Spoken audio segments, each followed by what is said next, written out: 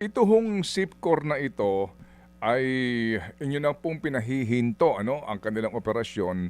Ano po ang mangyayari ngayon? Papaano po at ano ang mangyayari sa SIPCOR? Kasi sabi ho ng kanilang mga abogado, they are studying all legal remedies dito po sa kanilang kinahinatnan ngayon.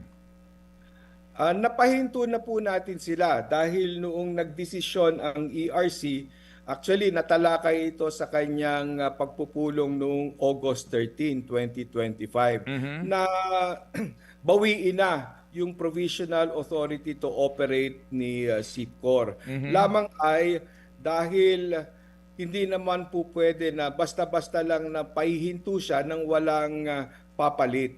Kaya't matapos na makapagdesisyon ang ERC noong August 13, siya ay sumulat sa Department of Energy upang abisuhan Mhm. na ganyan na nga ang naging desisyon ng ERC at upang magawa ng Department of Energy ang kanyang mandato upang matulungan ang Proselco na makahanap ng bagong supplier. So kaya dyan na po nangyari yung pagtulong ng Department of Energy, pagpapalabas niya ng mga pulisya upang makapasok sa isang emergency power supply agreement Okay. ang Proselco sa Opo. isang bagong kumpanya na hahalili sa SIPCOR.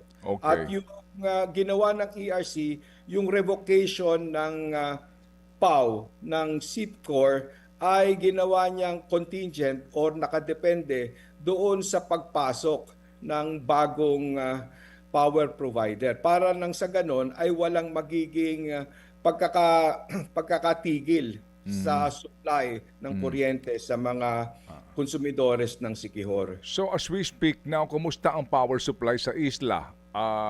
Yung regular brownout pa rin scheduled dito kung hanggang Wala na po. mm.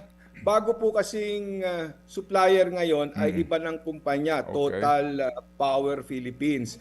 May mga 15 megawatts na generating units ang nai-install nila sa loob lamang Okay. ng ilang araw. Mm. At ito ay napatakbo lahat noong August 29. Kaya't noong ating isinerve sa SIPCOR yung shutdown order, ay nagsisimula ng tumakbo yung mga makina ng Total Power Mhm. at nung ganap na alas 3 ay nagsisimula ng magpalit ng supplier. Okay. Hanggang sa mga alas 3:30, alas 4, totally ay Total Power na ang nagsusupply at hindi na yung SIPCOR.